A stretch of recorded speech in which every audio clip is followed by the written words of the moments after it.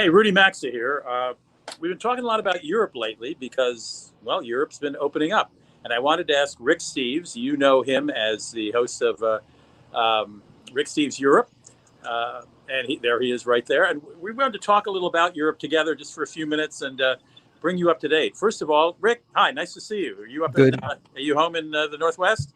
I'm in the beautiful Northwest here. Yeah, dreaming about Europe. Haven't we all been?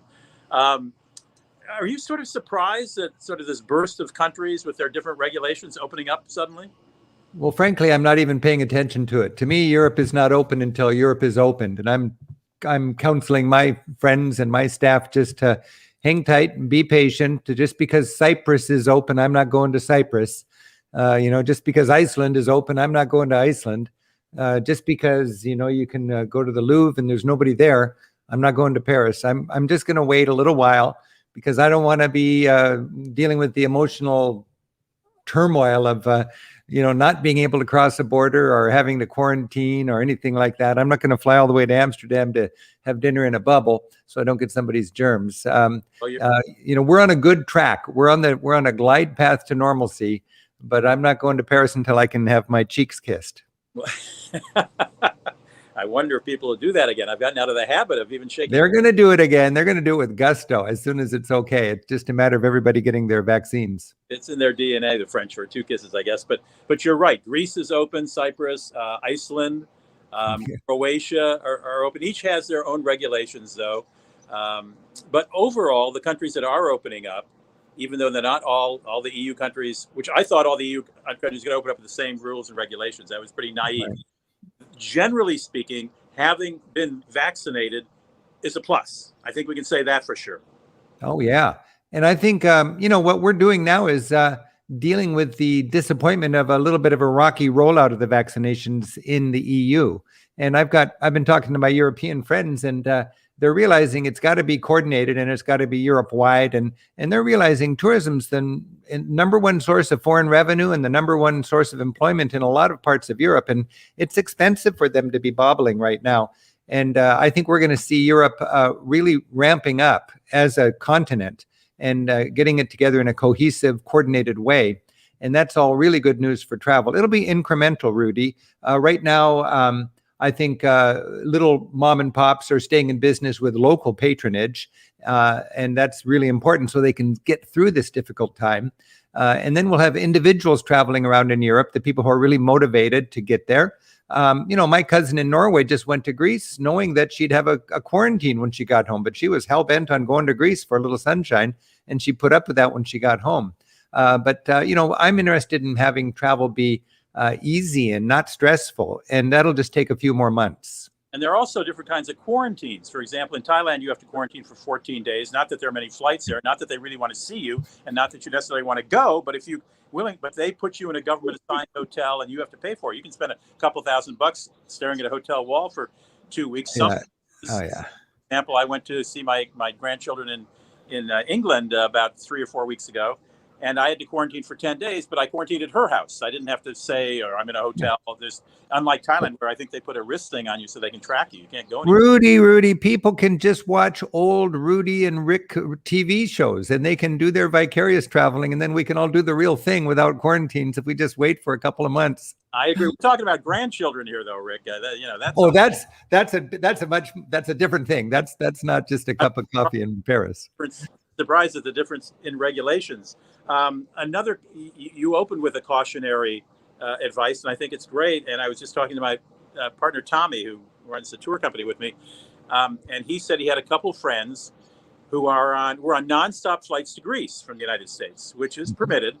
But for whatever reason, mechanical difficulty, whatever, wasn't a nonstop flight. One had to stop in Frankfurt and one had to stop in, he told me, Zurich, I think, Switzerland.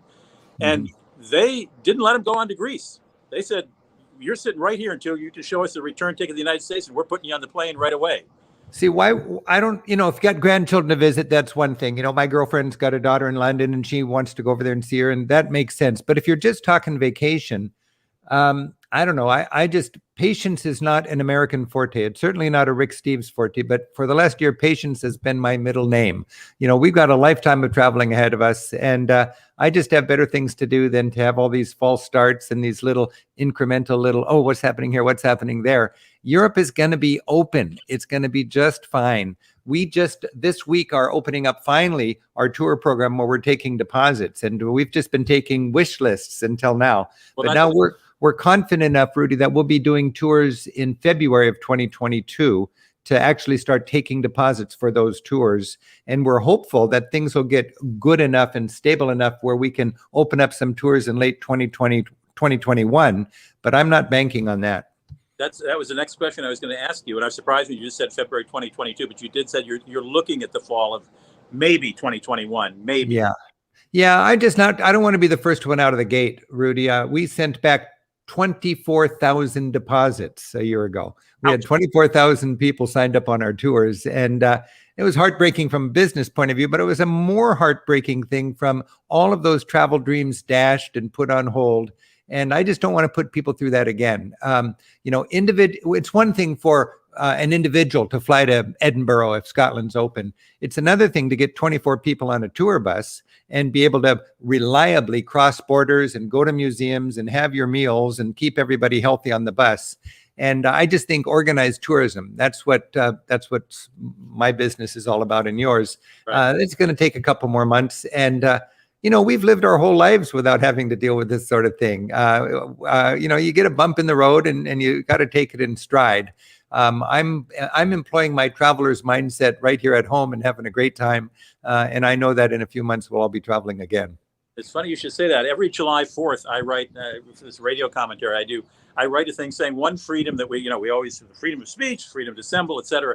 And I say we never think about the freedom of travel because we take it for granted as Americans. If I was just in St. Petersburg, a couple of years ago, and one of the most popular restaurants in St. Petersburg is called the Schengen. And the Schengen is the treaty that lets people travel all around Europe without visas, And if Russians can get to Helsinki's Finland's in the Schengen agreement, and they can travel. And one reason Putin is popular in Russia, they say, more popular than you would expect he'd be, is because people have the freedom to travel that they didn't have before. That's something we do take for granted, I think. Right. And I thought, okay, there'll be the occasional bump in the road. We can't go to this country or that country. But I didn't expect the whole world, entire continents, to ever thwart Americans' travel dreams or anybody else. Yeah. It really boils down right now to getting our vaccinations. And, a lot of people are all concerned about a vaccination passport. I've got my passport. I don't know if it's right here. And I remember, when we were kids, we had the yellow international certificate of vaccination. You couldn't go to Spain without this because you had to have your shots. I got this yellow international certificate of vaccination a year before COVID broke out because I needed to go to Ethiopia and they wanted to make sure I had my shot.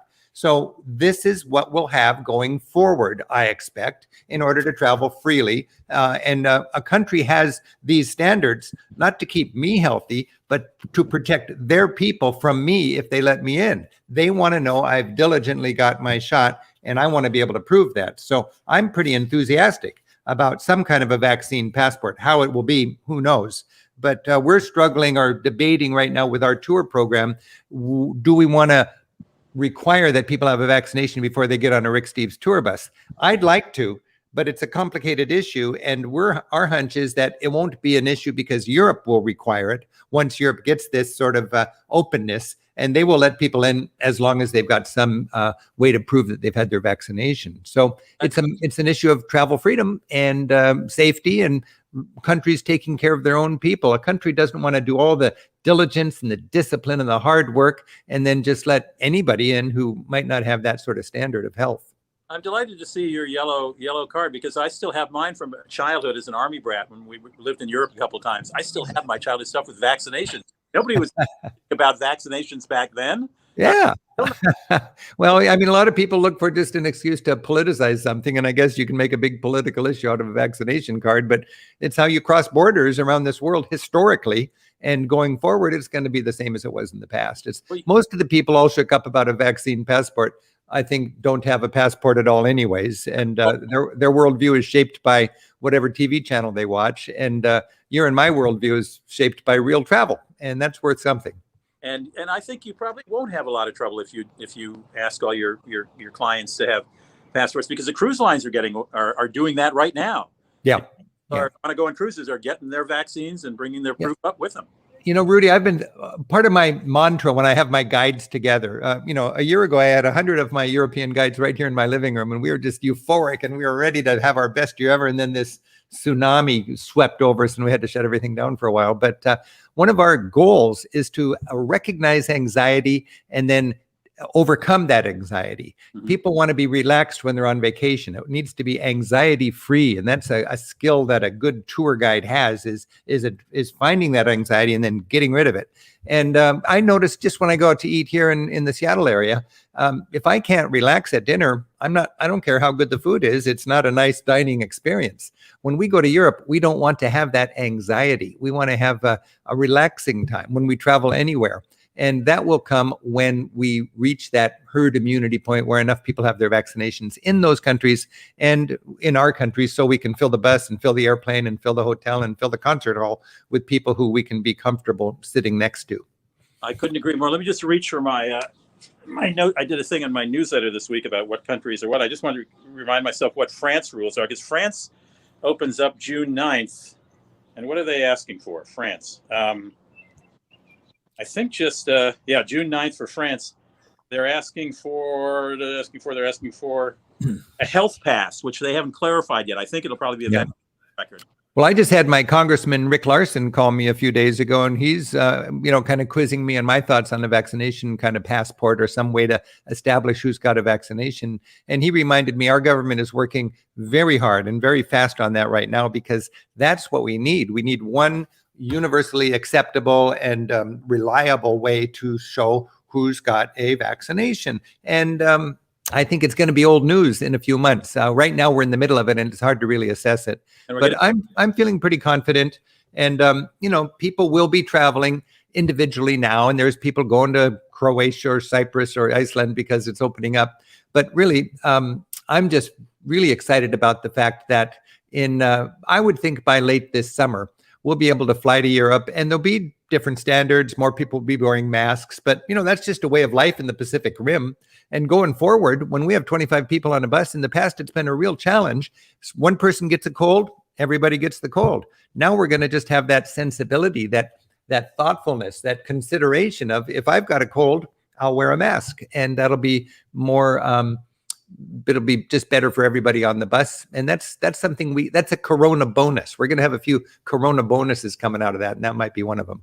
Well, you pointed out a really good thing, and I think folks who have never been to Asia don't know that people, even in normal times, you read in Tokyo or Bangkok or Kuala Lumpur, and there are a good number of people wearing masks. And I never know whether they're wearing masks because of pollution or whether they're wearing masks because they have a cold or they don't. Well, if somebody's biking in Beijing, they're wearing a mask probably for pollution. But if you see a person walking around, an Asian walking around in Europe with a mask on, they're probably being considerate about the people around them by wearing a mask to protect them from their cold. And that's a very nice thing. I got to admit, I had a sort of a snarky attitude about people wearing masks before COVID. And I've learned now that there's some common sense there, and there's some consideration. And I think it's a thoughtful thing to do. So I would imagine it's going to be something I'll tuck into my backpack next time I travel. It'll be a mask, and during certain occasions, I'll wear it. But the essence of travel is people. I go to Rome to pack into the piazza, get that gelato, and then do the passeggiata with all the local people, the multi-generational festival of life on those beautiful pedestrian boulevards. I go to the pubs in Ireland to clink glasses with people who really believe that strangers are just friends who've yet to meet. That's what travel's all about, as I'm sure you know and agree. And that's going to come back, and it just takes a little diligence on our part and a little bit of embrace of science and good governance in Europe and a little bit of patience, and we'll be back at it. Did you say pasta cha-cha in Italy? Did I say no? Passeggiata. Oh, Passeggiata. Pasta cha-cha, baby. Let's do a little pasta cha-cha. all right. I So, like that. so in conclusion, you, even as an individual traveler, wouldn't necessarily get on a plane July 10th for Paris. I mean, unless you had, If I had to, I would. right. Is it my idea of a good vacation? Not right now. There's other things in life. I mean, I've been so passionate about travel all my life. This is a wonderful opportunity to try a few new things, and then I'm going to just travel with gusto later on this year. But right now, I'm not. We had our crew ready. I've got scripts. We were going to make TV shows in Poland. I had 2 shows in Poland all set up. We had the flights, the permissions, and everything. We had 2 shows in Iceland all set up and ready to go. I had to cancel all that. We're going to do it. We're going to do it soon. But right now, we're going to wait a little while. Rick, I feel your pain. Thanks for stopping by and chatting for a little while. Rick's not going to France, but he's doing the pasta cha-cha as soon as he can. Okay, Rudy, take care. Stay healthy. I'll take care. And to those of you who are listening, we are recording this on, what's the date today, Rick? I'm terrible. Oh, sometimes late in May 25. It's 25th of May. So if you're watching this later on YouTube or on Facebook, keep that in mind. We're talking to you on the 25th of May, 2021. Rick, thanks so much. Talk to you soon. Okay. Take care. Bye.